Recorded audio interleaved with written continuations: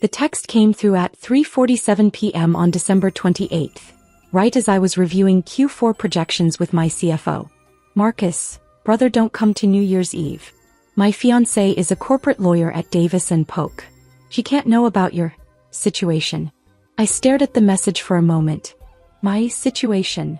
That's what they were calling it now. Before I could respond, the family group chat exploded. Boom.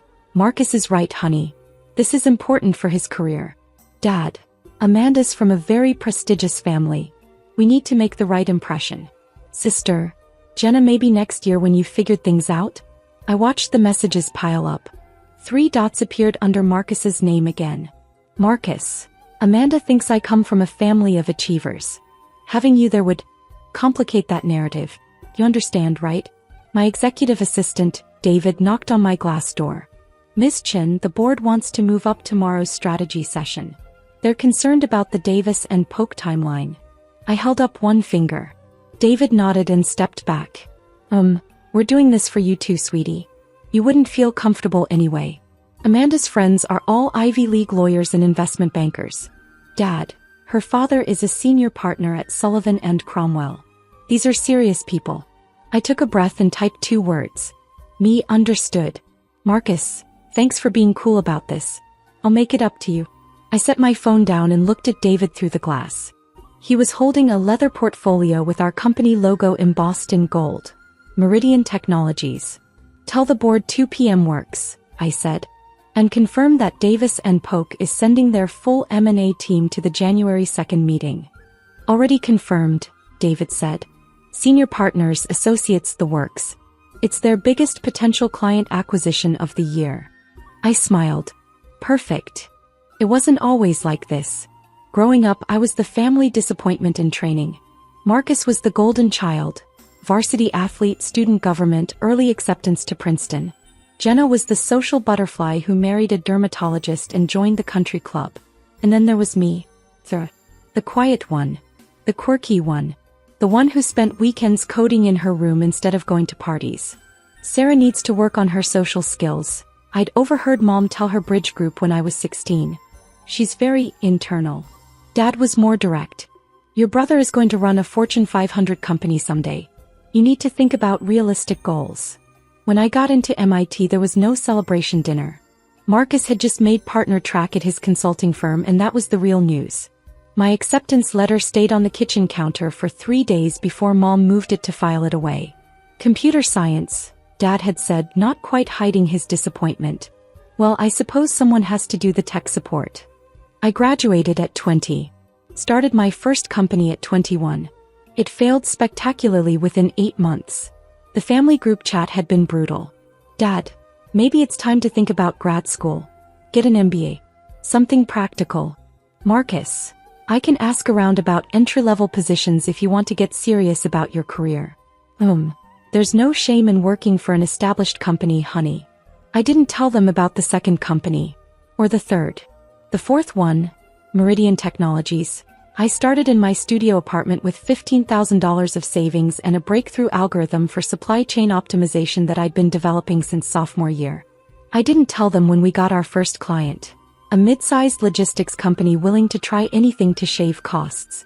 I didn't tell them when that client's efficiency improved by 34% in the first quarter. I didn't tell them when Forbes called for an interview. I didn't tell them when we closed our Series A, $12 million. By the time Meridian hit our Series B, $85 million, led by Sequoia Capital, I'd learned something valuable. My family didn't need to know.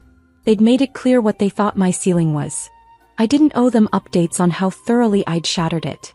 At Thanksgiving 2 years ago, Marcus brought his new girlfriend Amanda. Harvard Law, corporate M&A practice at Davis Polk, family money that went back 4 generations. Amanda just made senior associate, Marcus announced proudly. Youngest in her class. That's incredible, Mom gushed. What kind of law? Mergers and acquisitions, Amanda said, flashing a smile full of perfect teeth. We handle major corporate transactions. Tech sector mostly. He turned to me politely. What do you do, Sarah? I work in tech, I said. Oh, fun. Which company? A startup. Supply chain software. I watched her eyes glaze over slightly. That sounds interesting. Marcus squeezed her hand. Sarah's still trying to find her footing. The startup world is tough. Oh, definitely, Amanda agreed. We see it all the time. Most of them fail. He meant it kindly, sympathetically even. But it's great that you're trying. Very brave. I'd nodded and changed the subject. That was 18 months ago. Since then, Meridian had grown to 450 employees across 4 countries. Our valuation hit $2.1 billion after our Series C. Fortune had just named me to their 40 under 40 list.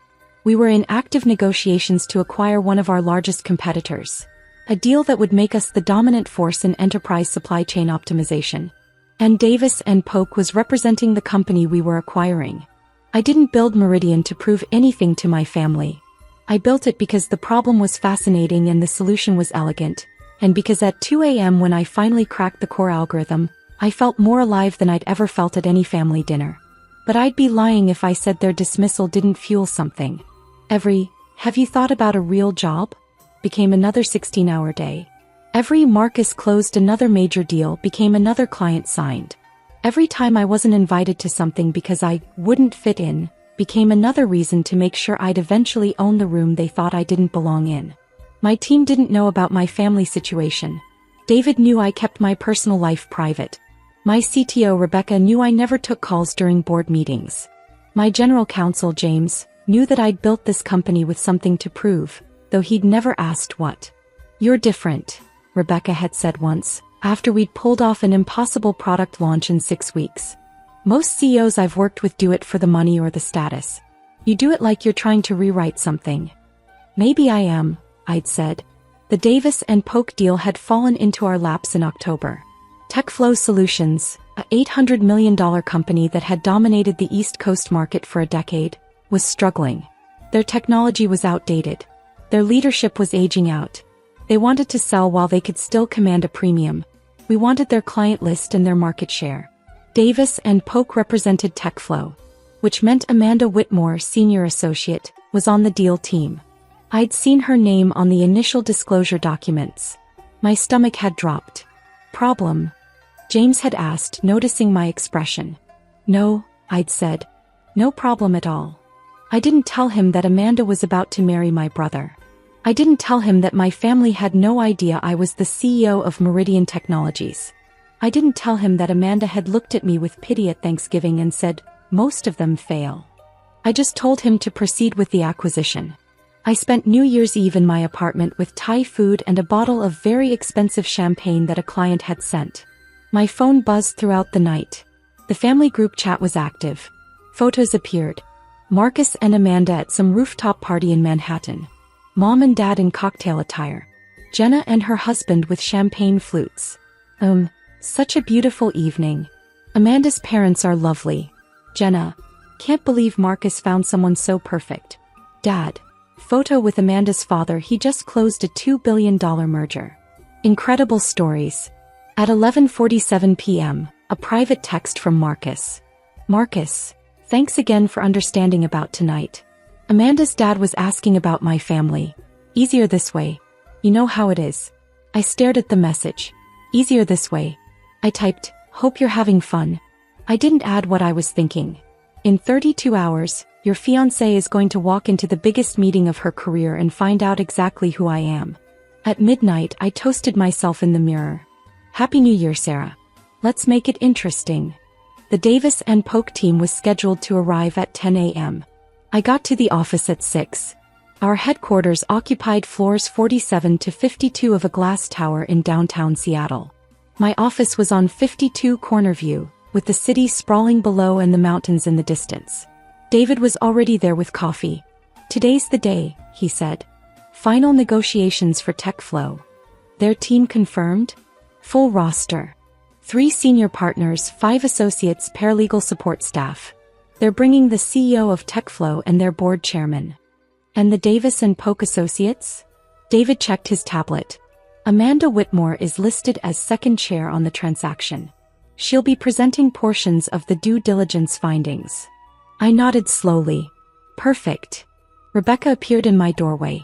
You ready for this? TechFlow's trying to renegotiate the earn-out provisions. They can try, I said. Our offer is final. James joined us. I've reviewed everything 3 times. We're airtight. This is the cleanest acquisition I've ever structured. I looked at my team. They'd worked for 6 months on this deal. Late nights, weekend calls, endless revisions. They deserve to see it close. And they deserve to watch me do it. Conference room A, I said. I'll present the opening remarks. Rebecca, you'll handle tech integration. James, you've got the legal framework. David, make sure their team has everything they need. You're personally presenting? Rebecca looked surprised. I usually let my team take the lead in negotiations while I observed. Today I am, I said. At 9:45, David knocked. They're in the lobby. Security is bringing them up. I stood and smoothed my jacket. Navy blue Tom Ford, custom tailored. Hermes scarf. Louboutin heels. I dressed carefully. Not to impress. To remind myself who I'd become. The woman who got excluded from New Year's Eve didn't exist anymore. But the woman who built a $2.1 billion company from a studio apartment? She was about to make quite an entrance. Conference room A was our showcase space. 40-foot marble table. Floor-to-ceiling windows. Meridian's logo etched in glass on the far wall. Screens embedded in the table for presentations. I was already seated at the head of the table when they arrived. David opened the doors. Gentlemen, ladies, welcome to Meridian Technologies. The Davis and Polk team filed in first. 3 senior partners in their 50s and 60s, perfectly tailored suits, leather portfolios. Behind them, the associates. Amanda Whitmore was third in line. She walked in reviewing something on her tablet, not looking up. Professional. Focused. Her blonde hair was pulled back in a neat chignon. She wore a charcoal theory suit that probably cost $2,000. She still hadn't looked up. The TechFlow CEO Richard Morrison entered next. Silver-haired, distinguished, clearly uncomfortable about selling his life's work. His board chairman followed. David gestured to the seats. Please make yourselves comfortable. Miss Chin will be starting shortly. That's when Amanda looked up. Her eyes scanned the room professionally, cataloging faces, and then landed on me at the head of the table. I watched the recognition hit. It was like watching a system crash in real time. Her tablet slipped. He caught it. Her mouth opened slightly. Sarah, she said. The senior partner next to her, Lawrence Whitfield, frowned. You know Miss Chin? I smiled pleasantly. Hello, Amanda. Please sit. She didn't move. This is. The room had gone very quiet. Lawrence looked between us. Amanda. I'm sorry, she managed. I didn't realize that I was the CEO of Meridian Technologies. I finished gently. It never came up. Her face had gone from pale to bright red. You said you worked at a startup. I do. This one. Rebecca, sitting to my right, glanced at me with barely concealed amusement. James, on my left, maintained a perfect poker face, but I could see the corner of his mouth twitching. Lawrence Whitfield was professional enough to recover. Well, shall we begin? Everyone took their seats. Amanda sank into a chair near the middle of the table, still staring at me. One of the other associates leaned over and whispered something to her. She shook her head, unable to respond. I stood and activated the presentation screen. Thank you all for coming. I'm Sarah Chin, founder and CEO of Meridian Technologies. We've been looking forward to this meeting. My voice was steady. Come, this was my boardroom. My company. My deal. We're here to finalize the acquisition of TechFlow Solutions. Our offer is $840 million, structured as $600 million in cash and $240 million in performance-based earnouts over 3 years. I walked them through the presentation. Market analysis. Integration strategy. Technology roadmap. My team had prepared everything flawlessly. Richard Morrison asked sharp questions. I answered each one directly, specifically, with numbers and projections that his own team had to acknowledge were aggressive but achievable. 40 minutes in, Lawrence Whitfield spoke up. Miss Chin, your projections assume 40% year-over-year growth. That's ambitious. Meridian has averaged 47% year-over-year growth for the past 4 years, I said. We're not projecting. We're being conservative. One of the other Davis and Polk partners, Patricia Huang, nodded approvingly. Your due diligence has been thorough. We appreciate that. We don't waste time, I said. This deal makes sense for both parties. TechFlow gets to retire with a premium. We get immediate East Coast market penetration. It's elegant. Amanda still hadn't spoken. She was staring at her notes, pen frozen over paper. Lawrence gestured to her. Amanda, you wanted to address the IP transfer protocols? She looked up like she'd been electrocuted. Yes. She fumbled with her tablet. Her hands were shaking. Patricia leaned over. The technology transfer schedule, she prompted quietly. Right. Yes. The technology. Amanda's voice cracked. I'm sorry. I need a moment. She stood abruptly and walked out of the conference room. Lawrence's jaw tightened. My apologies. Let's take a brief recess. The room cleared. My team stayed. Rebecca burst out laughing the second the door closed. Hey, what was that? She looked like she'd seen a ghost. That was my brother's fiancée, I said calmly. James's eyebrows shot up. Your brother's? The one getting married? The same one who told me not to come to New Year's Eve because I'd embarrass him in front of her. Rebecca's mouth fell open. You're kidding. He texted me on December 28th. Said she was a corporate lawyer at Davis Polk and she couldn't know about my situation. David, standing by the door, made a strangled sound. Your situation being this? He gestured around the room. Apparently running a multi-billion-dollar company is embarrassing to the family. James leaned back in his chair. So she has no idea who you are. She thought I worked at a failing startup. She felt sorry for me at Thanksgiving. Rebecca was grinning now. This is the best day of my professional life. Through the glass wall of the conference room, I could see Amanda in the hallway. She was on her phone pacing. Her free hand was pressed to her forehead. Should we be concerned about the deal? James asked. No, I said. Davis Polk is too professional to let personal drama affect a $840 million transaction. They'll pull her from the presentation if they have to. 5 minutes later, Lawrence Whitfield returned alone. Miss Chin, my apologies. Associate Whitmore is experiencing a personal matter. I'll be handling her portions of the presentation. Of course, I said. I hope everything's all right. His expression suggested he had no idea what was wrong but was deeply annoyed about it. Shall we continue? We reconvened. Amanda didn't return. Patricia Huang took over the IP transfer discussion. The meeting proceeded smoothly. By 1 p.m. we were done. Richard Morrison stood and extended his hand. Miss Chin, you've built something remarkable. I'm proud to see TechFlow become part of it. We'll honor what you've built, I promised. Lawrence gathered his materials. Our firm will have the final documents ready by end of week. Perfect, I said. Thank you for your work on this. As the Davis Polk team filed out, Patricia Huang paused. Miss Chen, I don't know what happened with Associate Whitmore, but I apologize for the disruption. No apology necessary, I said. These things happen. He studied me for a moment. You handled that with remarkable grace. After they left, David closed the door. Your phone has been going insane. I checked. 43 missed calls. 67 texts. All from my family. The messages had started 20 minutes into the meeting. Marcus, call me right now. Marcus, what the hell, Sarah? Marcus. Amanda is freaking out. Sarah, Marcus says there's been some kind of misunderstanding? Marcus, you told Amanda you worked at a startup. Marcus, you let her think you were struggling. Dad, this is very confusing. Can someone explain what's going on? Jenna, did you lie to us? I scrolled through them all. Then I opened the family group chat and typed. Me, I never lied. You never asked.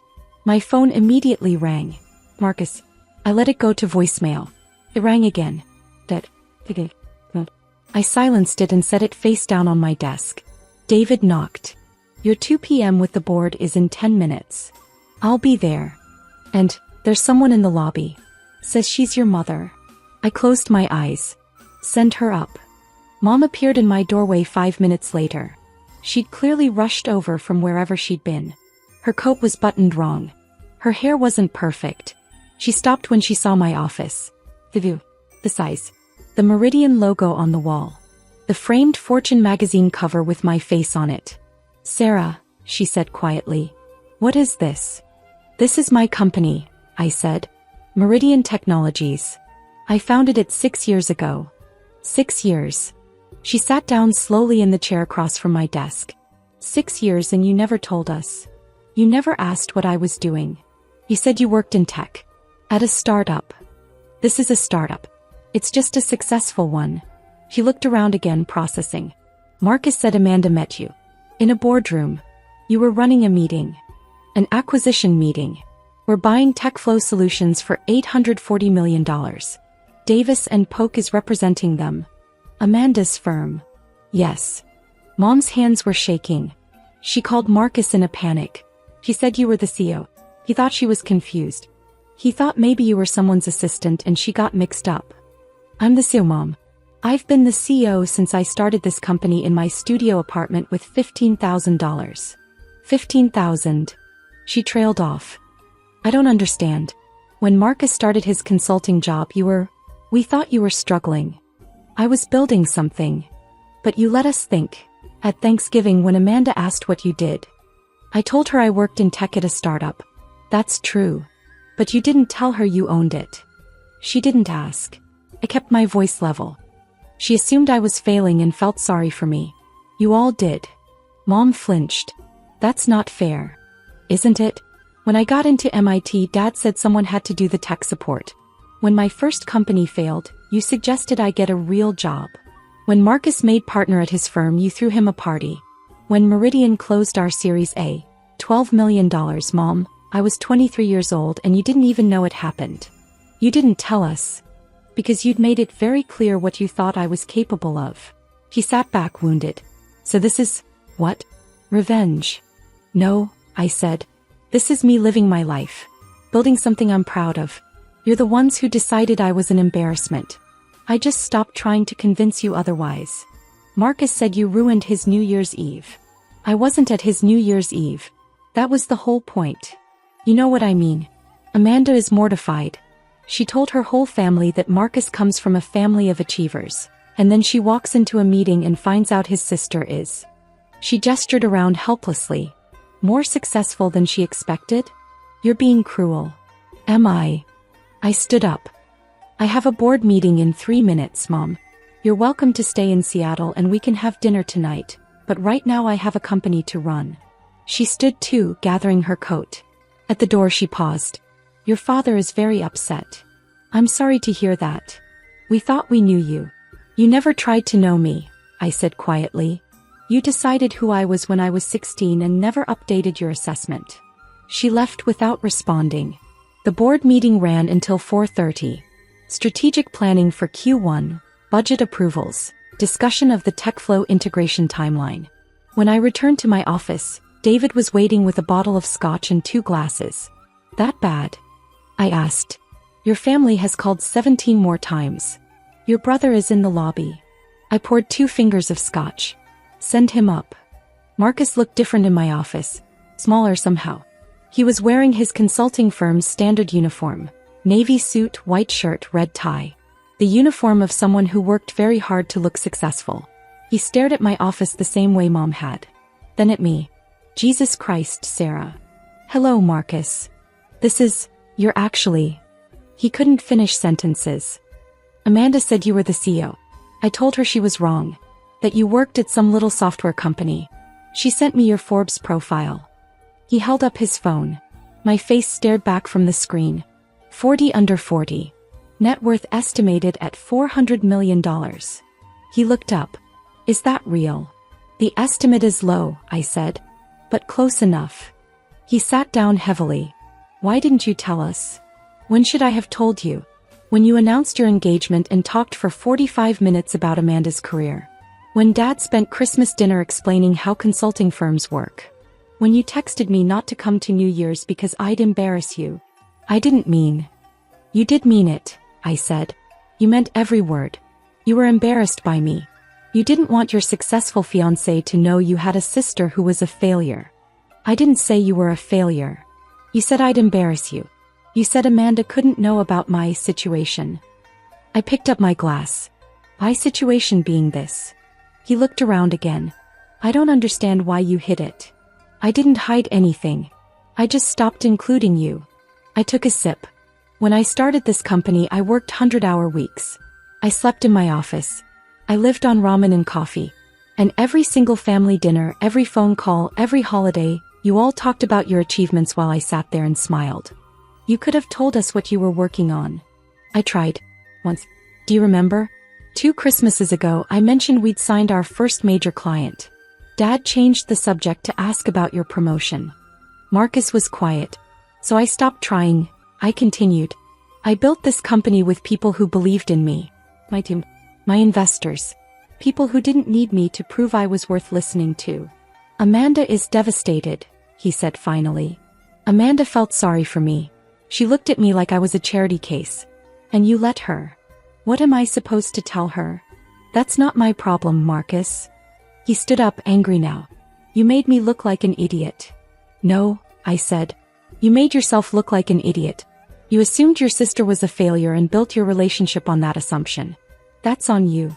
This is going to ruin things with her family. Then you have a choice to make. He stared at me. What choice?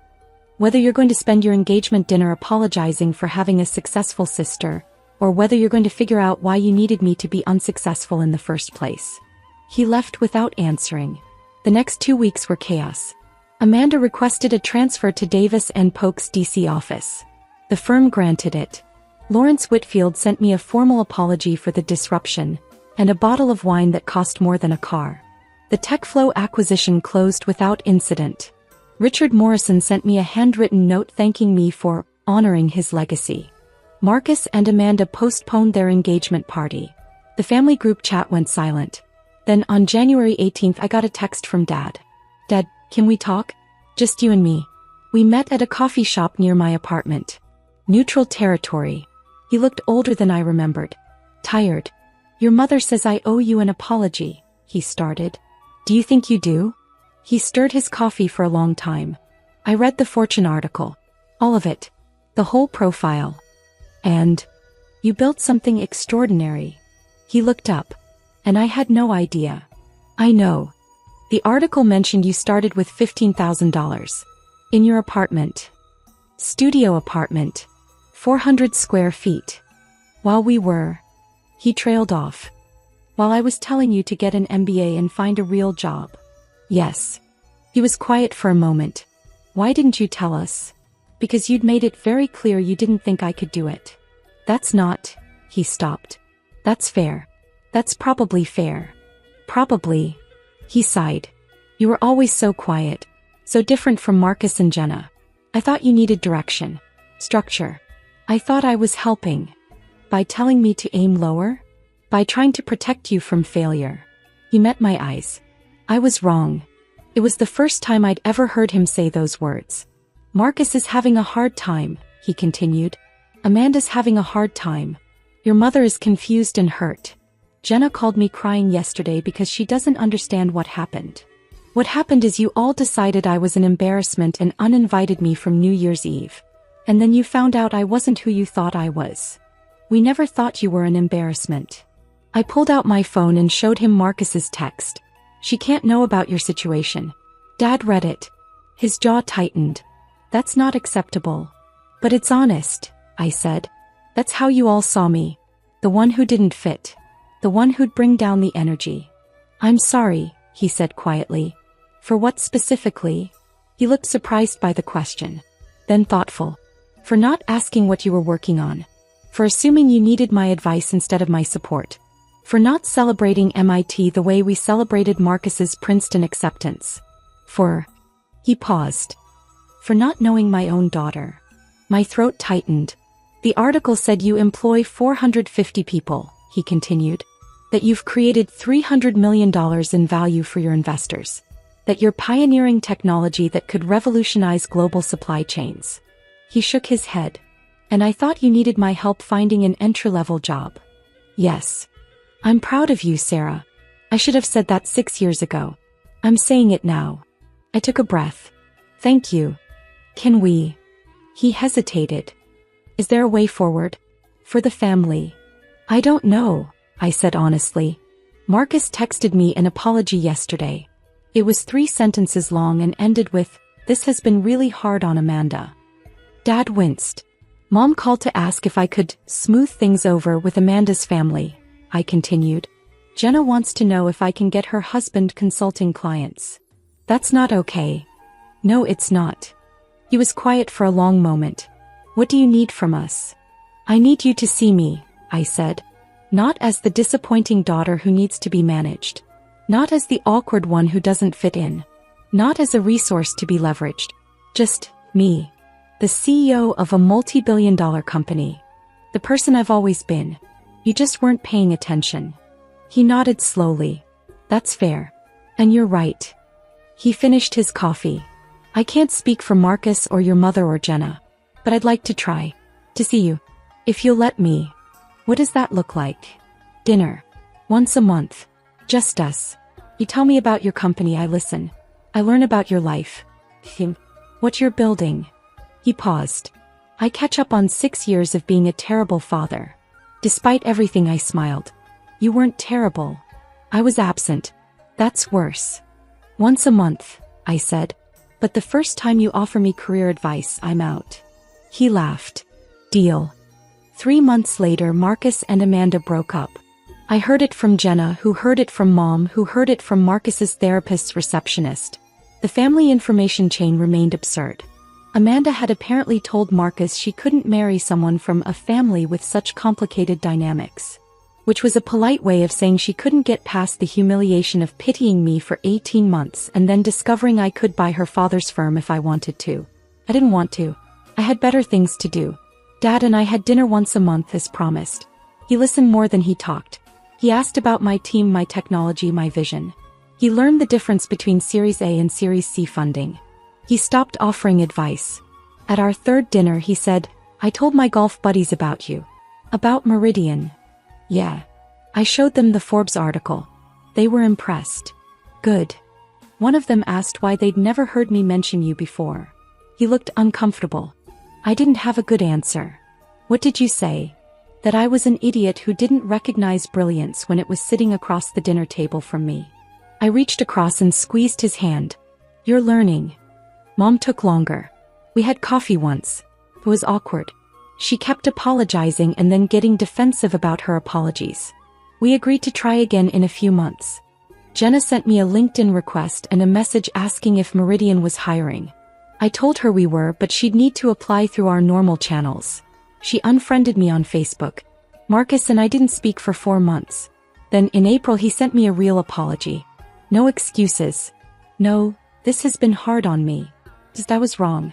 I'm sorry. I want to do better. I wrote back, thank you. When you're ready to try, let me know. As for me, I kept building. Meridian acquired TechFlow successfully. We integrated their team, modernized their technology, and expanded into 6 new markets. Our revenue grew 53% year over year. Forbes upgraded my 40 under 40 profile to a full cover feature. The headline, The Quiet Billionaire, How Sarah Chin Built an Empire While Her Family Wasn't Looking. I framed it and put it on my office wall. Not for them. For me. A reminder that the only person who needs to believe in you is you. And that sometimes the best revenge isn't revenge at all. It's success so undeniable that the people who dismissed you have to recalibrate their entire understanding of who you are.